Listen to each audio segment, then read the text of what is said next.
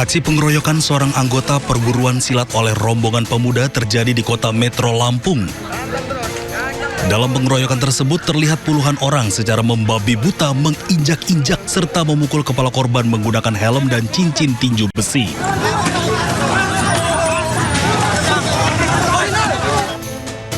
Tiga pelaku berhasil ditangkap polisi, ketiganya diamankan berikut beberapa barang bukti. Para pelaku mengaku aksi tersebut dilakukan lantaran tak terima korban dan rombongan menggeber motor di depan mereka. Korban akhirnya diburu dan dianiaya hingga mengalami luka cukup parah di bagian kepala. Atas perbuatannya, para pelaku terancam hukuman pidana penjara maksimal 5 tahun. Sementara terhadap pelaku lainnya yang masih belum tertangkap hingga saat ini polisi masih melakukan pengejaran. Dari Kota Metro Lampung, Tinus Ristanto, iNews melaporkan.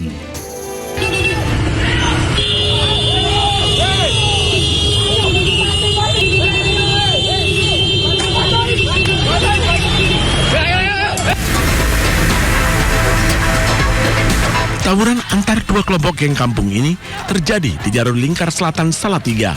Mereka bertemu di lokasi yang sudah disepakati melalui media sosial. Kedua kubu saling serang menggunakan senjata tajam dan air keras. 4 pelaku tawuran dilarikan ke rumah sakit akibat sabetan senjata tajam dan siraman air keras. Setelah 4 hari dirawat intensif, 1 korban meninggal dunia. Tawuran melibatkan geng asal Suru Kabupaten Semarang dengan geng asal Pabelan Kota Salatiga. 7 orang diamankan Satreskrim Polres Salatiga dengan barang bukti belasan senjata tajam, pakaian yang digunakan, serta ponsel yang dipakai untuk janjian di media sosial.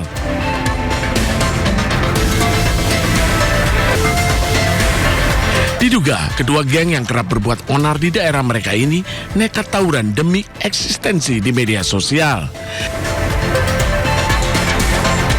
Dari Kota Salatiga, Jawa Tengah, Nurisa Lulu, iNews melaporkan.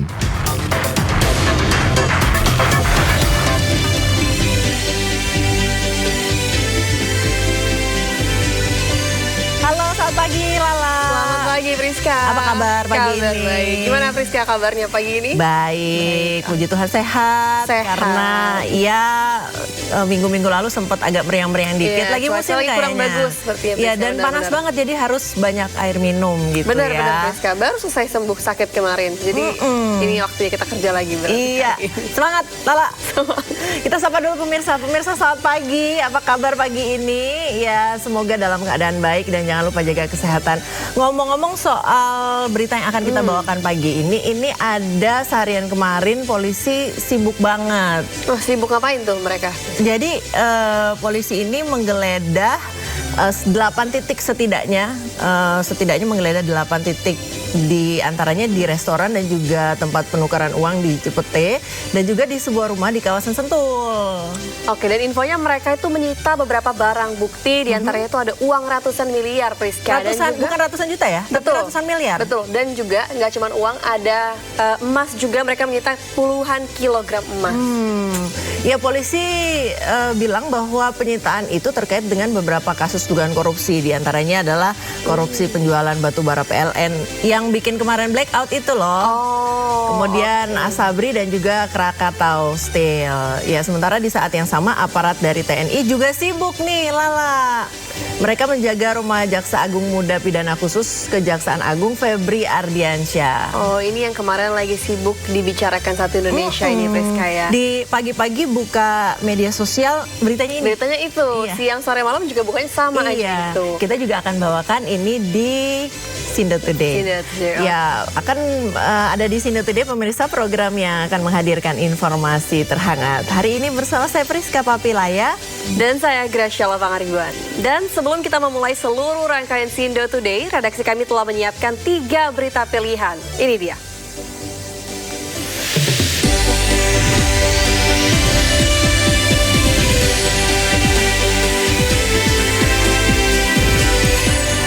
Polisi menemukan uang ratusan miliar rupiah dan puluhan kilogram emas dalam penggeledahan bernuansa korupsi terkait pemadaman listrik di Pulau Sumatera. Di saat rakyat Aceh patungan buat bangun jembatan, keluarga Menteri Pekerjaan Umum dikabarkan jalan-jalan memakai anggaran.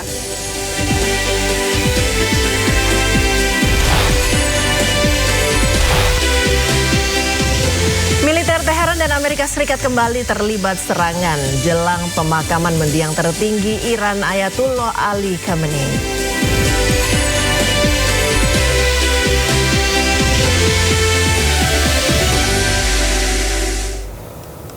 Informasi pertama di Sindo Today, pemirsa, polisi menyita puluhan kilogram emas hingga ratusan miliar dari sebuah rumah di Sentul, Jawa Barat.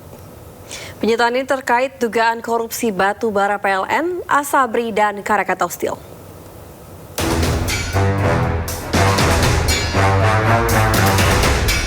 Polisi menggeledah sebuah rumah di kawasan Sentul, Bogor, Jawa Barat.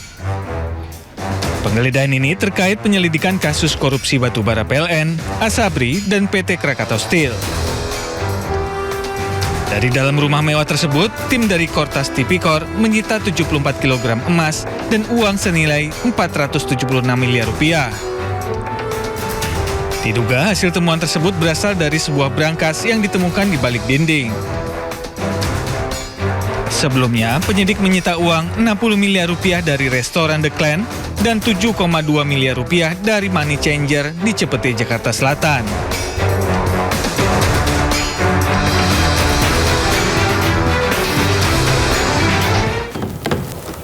Ya, penyidik Kortas Tipikor Mabes Polri menemukan tumpukan uang pecahan dolar Singapura dan Amerika Serikat saat penggeledahan di restoran The Clan dan Money Changer di Cipete, Jakarta Selatan.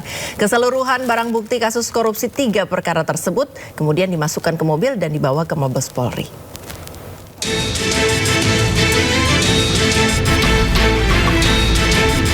Uang pecahan dolar Singapura dan Amerika Serikat berhasil disita penyidik Kortas Tipikor Mabes Polri dalam penggeledahan di restoran The Clan dan sebuah Money Changer di Cipete, Jakarta Selatan.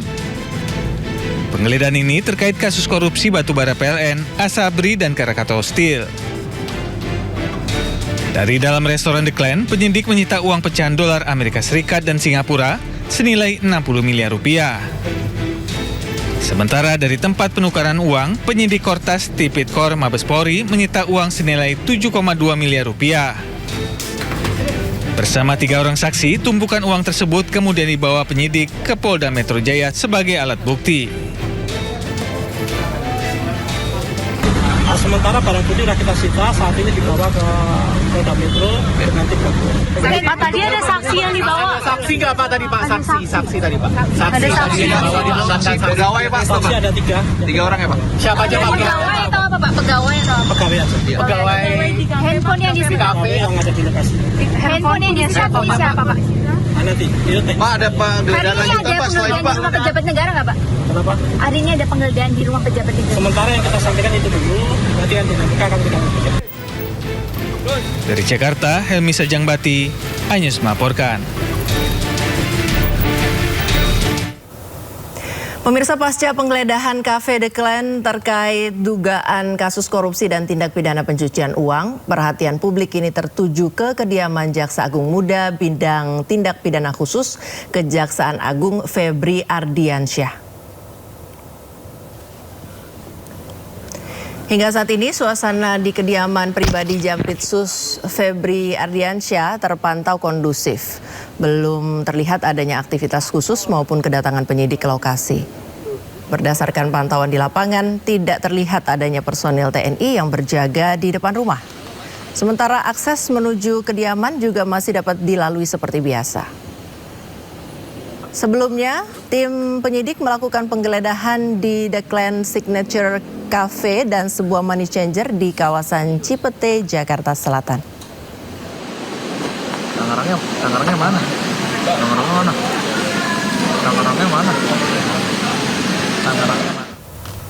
Pemirsa, Polri mengungkap sejumlah wilayah yang mengalami pemadaman listrik bergilir atau blackout akibat korupsi pengadaan batu bara. Modus dari praktik korupsi tersebut diduga terjadi akibat manipulasi dokumen kualitas batu bara yang dikirimkan atau dipasok.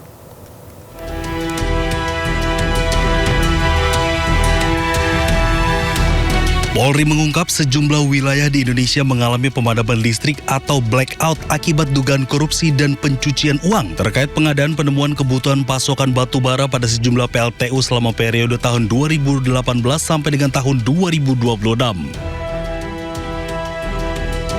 Terganggunya pasokan batu bara berdampak terhadap terjadinya blackout atau pemadaman listrik di sejumlah wilayah di Indonesia, seperti Sumatera, sebagian Kalimantan, Jawa Tengah, Jawa Timur, dan sebagian Jabodetabek. Soal modus dari praktik korupsi tersebut diduga terjadi manipulasi dokumen kualitas batu bara yang dikirimkan atau dipasok. Kasus ini sudah masuk ke tahap penyidikan. Setidak-tidaknya penyidik menemukan adanya dugaan penyimpangan dalam proses pengadaan dan penggunaan pasokan batu bara di PLTU oleh beberapa perusahaan yang terlibat, PT OBP dan PT BRA. Secara teknis nanti akan disampaikan oleh Direktur Penyidikan. Saya ulang, secara teknis akan disampaikan oleh Direktur Penindakan berkaitan dengan hasil penyelidikan, kemudian ditingkatkan ke penyidikan. Meski Polri belum menetapkan tersangka atas pidana ini, namun 16 orang telah diperiksa oleh polisi. Dalam pengusutan, Polri menerapkan pasal tentang pemberantasan tindak pidana korupsi dan pasal tentang pencegahan dan pemberantasan tindak pidana pencucian uang. Tim Liputan iNews melaporkan.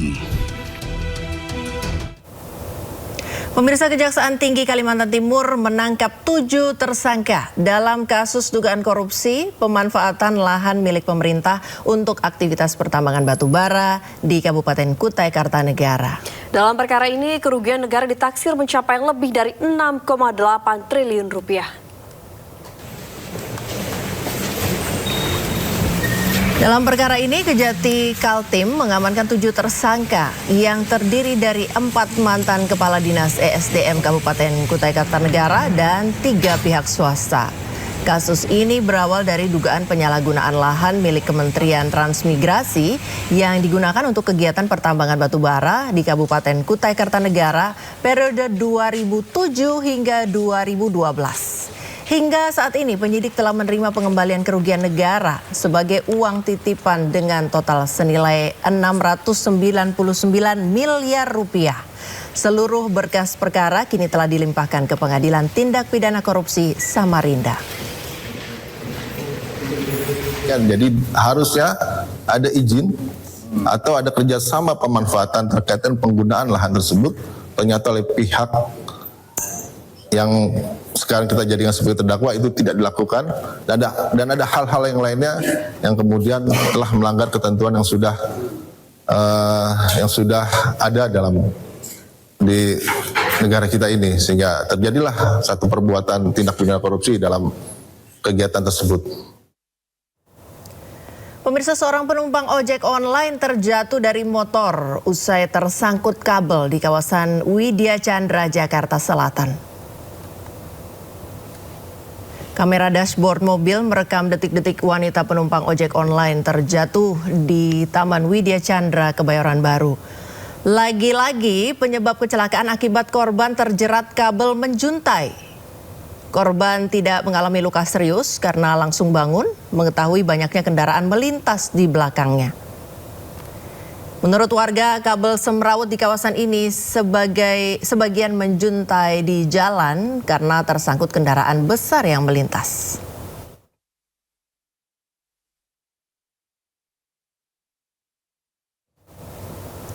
Pemirsa, seorang bocah perempuan berusia 9 tahun di Kabupaten Bekasi, Jawa Barat terkena peluru nyasar saat sedang bermain di halaman rumahnya. Proyektil diduga berasal dari senapan angin dan mengenai dada kanan korban.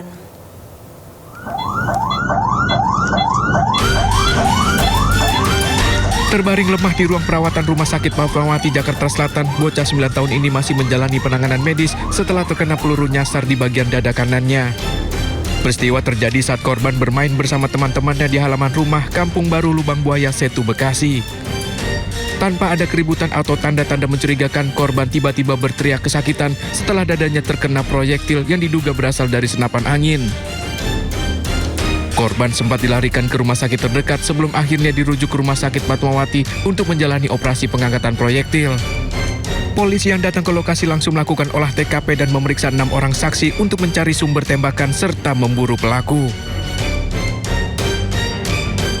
Jadi saat itu sedang bermain, tiba-tiba korban merasa ada sesuatu menimpa dadanya, kemudian berteriak, rasa sakit, nah kemudian dibantu oleh saksi, ada ibu-ibu di situ, yang kebetulan juga ada Pak RT, kemudian dibawa sama Pak RT ke klinik. Nah, ternyata situ diketemukan ya ada luka lubang, ya kemudian ditindaklanjuti di rumah sakit Fatmawati dan berhasil diangkat proyektil yang diduga dari senapan angin. Kini kasusnya dalam penanganan Polsek Setu dan Mapolres Metro Bekasi.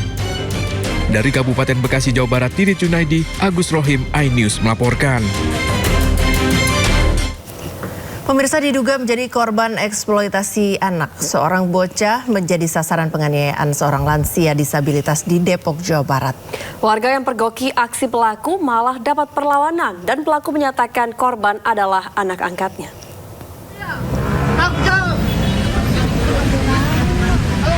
Seorang bapak penyandang disabilitas terekam warga tengah menganiaya bocah di bawah jembatan penyeberangan orang kawasan Margonda, Depok.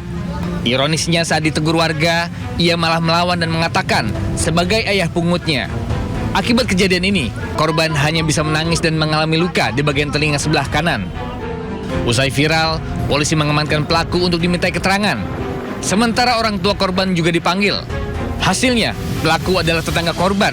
Dan sebelum dipanggil ke polisi, kedua pihak memilih berdamai. Maksudnya pelaku ini tidak memiliki hubungan dengan korban, tapi yang datang kemari korban didampingi oleh ibu korban, kan begitu, dan melakukan perdamaian. Ya, seperti yang sampaikan ada surat perdamaian segala macam. Saat ini polisi pun masih mengembangkan kasus untuk mengetahui apakah kejadian terkait dengan dugaan eksploitasi anak. Dari Depok, Jawa Barat, Yung Rizky, iNews melaporkan. Pemirsa, viral video seorang pelajar SMP dianiaya hingga diinjak wajahnya karena dituduh mencuri uang Rp10.000. Hal ini terjadi di Kabupaten Aceh Timur. Keluarga korban tidak terima dan melapor dugaan penganiayaan tersebut ke Polres Aceh Timur.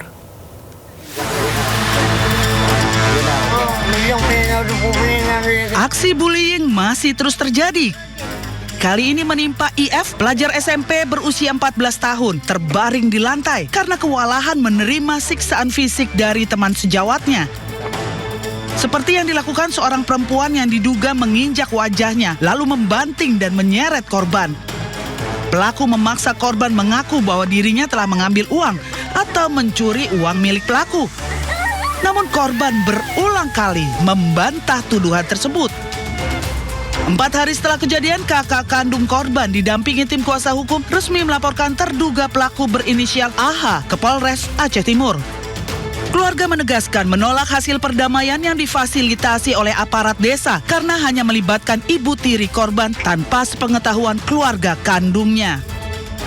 Kami mendatangi Polres Aceh Timur perihal pembuatan laporan yang terjadi beberapa hari lalu terkait masalah kasus viral penganiayaan terhadap anak di bawah umur yang berusia 14 tahun atas nama IF, inisialnya IF, yang mana laporan hari ini telah diterima di Polres Aceh Timur. Kasus ini dan kami juga meminta tidak ada pihak-pihak yang berupaya melakukan hal-hal intervensi terhadap kasus kekerasan terhadap anak di bawah umur ini. Sebelumnya sempat beredar video klarifikasi yang menyatakan kasus ini telah diselesaikan secara damai di tingkat desa. Dalam video tersebut, pelaku dan korban terlihat menandatangani surat perdamaian saling minta maaf dan berjanji tidak mengulangi perbuatannya. Namun keluarga kandung korban menegaskan tidak mengakui kesepakatan tersebut dan memilih menempuh jalur hukum demi mendapatkan keadilan. Dari Kabupaten Aceh Timur, Aceh, Yusradi, iNews melaporkan. Informasi selanjutnya, pemirsa, seorang dokter program pendidikan dokter spesialis di Manado meninggal di dalam kamar tidurnya.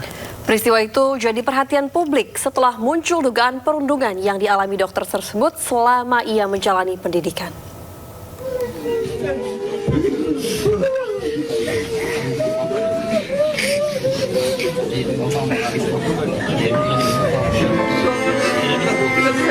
Tangis keluarga Dr. Adrian Rantung tak terbendung ketika melihat jenazah dokter PPDS itu disemayamkan di rumah duka. Dr. Adrian Rantung ditemukan meninggal oleh sang ayah di dalam kamar tidurnya di Manado, Sulawesi Utara.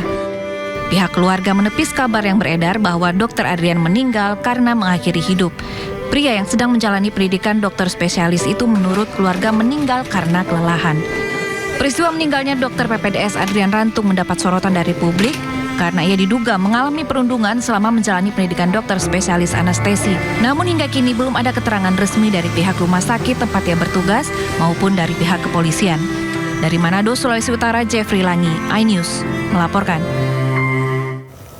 Ya, Kementerian Kesehatan menghentikan sementara pendidikan prodi anestesiologi di RSUP Kando Manado menyusul kasus meninggalnya dokter program pendidikan dokter spesialis atau PPDS Adrian Rantung. Penghentian kegiatan PPDS anestesi ini tertuang dalam keputusan Direktur Utama RSUP Kando Manado pada 6 Juli 2026. Dalam surat tersebut, kegiatan PPDS anestesiologi Rumah Sakit Kando dihentikan sampai penanganan dugaan perundungan selesai. Sementara itu penyebab meninggalnya Dr. Adrian termasuk dugaan adanya perundungan masih dalam proses penyelidikan oleh tim investigasi Kemenkes. Dokter ini rasa memang kehilangan. Pemirsa, supercar McLaren 720S mengalami kecelakaan horor hingga terbelah dua di Sukoharjo, Jawa Tengah. Mobil itu menabrak tiang listrik hingga rusak tak berbentuk. Mobil supercar McLaren 720S milik konten kreator sekaligus streamer game Andra ST rusak parah di Jalan Raya Sukoharjo, Solo. Kecelakaan terjadi saat Andra bersama temannya sesama konten kreator berkendara. Kecelakaan diduga akibat ban belakang hilang kendali saat supercar melaju dalam kecepatan tinggi. Mobil menabrak tiang listrik dan terbelah dua. Meski mengalami kecelakaan hebat, seluruh penumpang selamat kini menjalani perawatan di rumah sakit.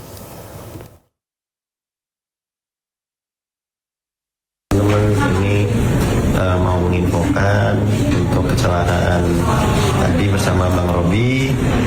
Memang murni kecelakaan tunggal karena ban belakang dari mobilnya nyelip karena memang kan kencang ya, horsepowernya tinggi, jadi nggak bisa handling.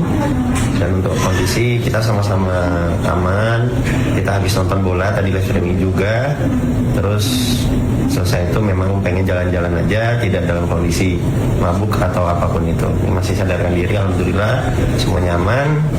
Terkondisi ini di jam 4 malam ya.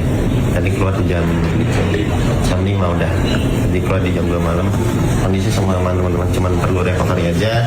Dan mohon maaf untuk Bang Robi dan setim, semoga semua baik-baik aja. Mohon maaf sebesar-besarnya guys, terima kasih. Pemirsa, ajang balapan motor Muna Race 2026 digelar di Jalan Bypass, Kabupaten Muna, Sulawesi Tenggara, diwarnai insiden kecelakaan. Dua pembalap terjatuh dan menabrak sejumlah penonton.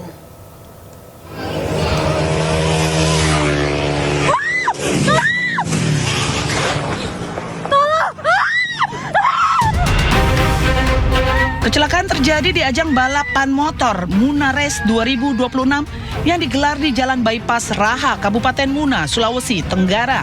Dua pembalap terjatuh akibat bersenggolan hingga terseret sejauh puluhan meter dan menabrak sejumlah penonton yang tengah menyaksikan balapan di tepi lintasan.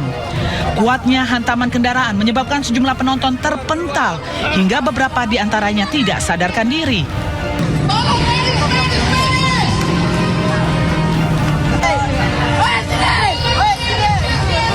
Insiden ini memicu kepanikan di dalam arena balapan.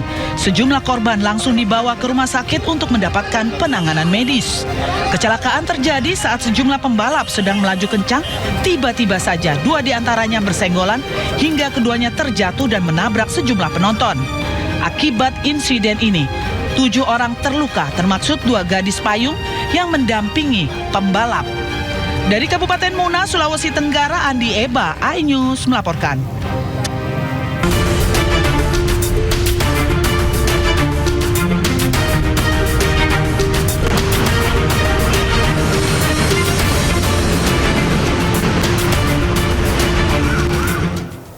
Ya pemirsa, selanjutnya kami akan mengajak Anda untuk mengetahui pantauan lalu lintas hari ini di sejumlah wilayah melalui pantauan CCTV Korlantas Polri.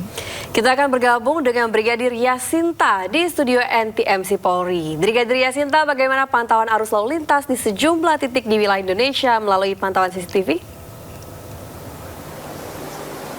Ya baik, terima kasih Friska dan Lala di studio, dan selamat pagi pemirsa, kembali bersama saya Brigadir Yasinta dari NTMC Polri.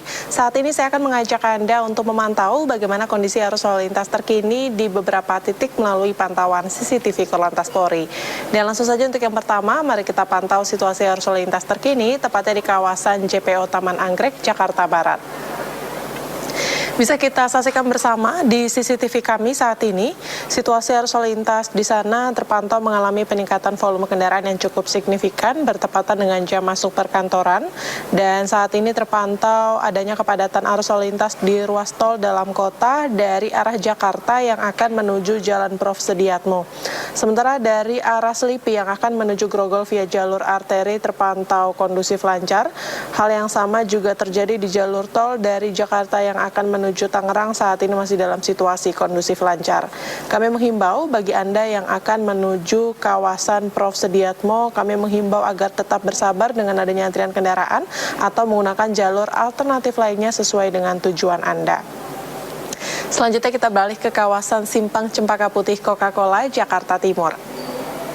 Arus lalu lintas di sana saat ini juga terjadi peningkatan volume kendaraan pada pagi hari ini, baik dari Cempaka Putih yang akan menuju Pulau Gadung, Tanjung Priok atau Cawang, begitupun arah sebaliknya. Namun sejauh ini perlambatan kecepatan hanya terjadi saat menjelang traffic light sepanjang 200 meter ke belakang yang didominasi oleh kendaraan pribadi baik roda 2 maupun roda 4. Selepasnya situasi lalu lintas kembali normal dengan laju kendaraan berkisar 40 hingga 50 km per jam. Perlu diketahui bahwa Simpang Cempaka Putih ini merupakan salah satu titik lokasi penerapan tilang elektronik. Untuk itu kami himbau kepada para pengendara agar senantiasa mematuhi rambu-rambu lalu lintas demi keselamatan bersama. Kemudian kita bergeser ke kawasan Pondok Gede Timur. Bisa kita saksikan bersama situasi arus lalu lintas di sana saat ini masih dalam situasi kondusif lancar, baik dari arah Cikampek yang akan menuju ke arah Jakarta maupun arah sebaliknya. Di mana laju kendaraan yang melintas di kawasan ini berkisar 60 hingga 80 km per jam. Bagi Anda yang akan melintasi kawasan ini, harap tetap berhati-hati mengingat kawasan ini banyak dilalui oleh kendaraan bermuatan berat seperti truk maupun kontainer. Dan untuk yang terakhir, mari kita pantau situasi lalu lintas terkini tepatnya di jalur tol kilometer 57.600 rest area Karawang. Situasi lalu lintas di sana saat ini juga masih dalam situasi ramai lancar, baik dari Cikampek yang akan menuju ke arah Jakarta maupun arah sebaliknya. Kendaraan yang melintas didominasi oleh kendaraan pribadi roda 4 dengan laju kendaraan berkisar 60 km per jam. Bagi Anda yang akan melintasi kawasan ini, kami himbau agar tetap menjaga jarak aman kendaraan Anda.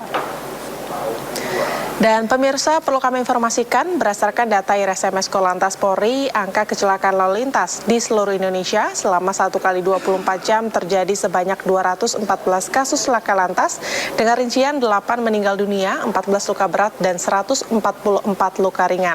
Dari 214 kasus tersebut, 77% didominasi oleh kendaraan pribadi roda 2. Untuk itu kami tak bosan-bosannya menghimbau sebelum Anda berkendara, pastikan Anda dan kondisi fisik kendaraan Anda dalam keadaan prima.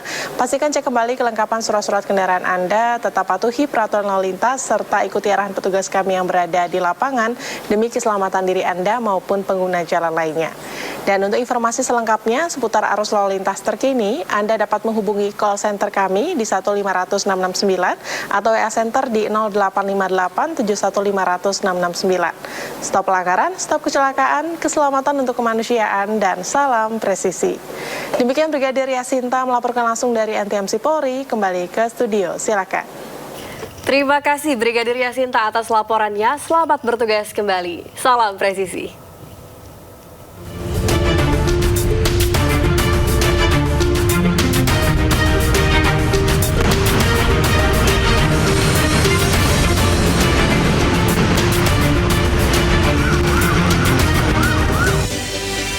Tersangka kasus ijazah Jokowi Roy Suryo dan Dr. Tifa mengaku mendapat berbagai ancaman dan intimidasi.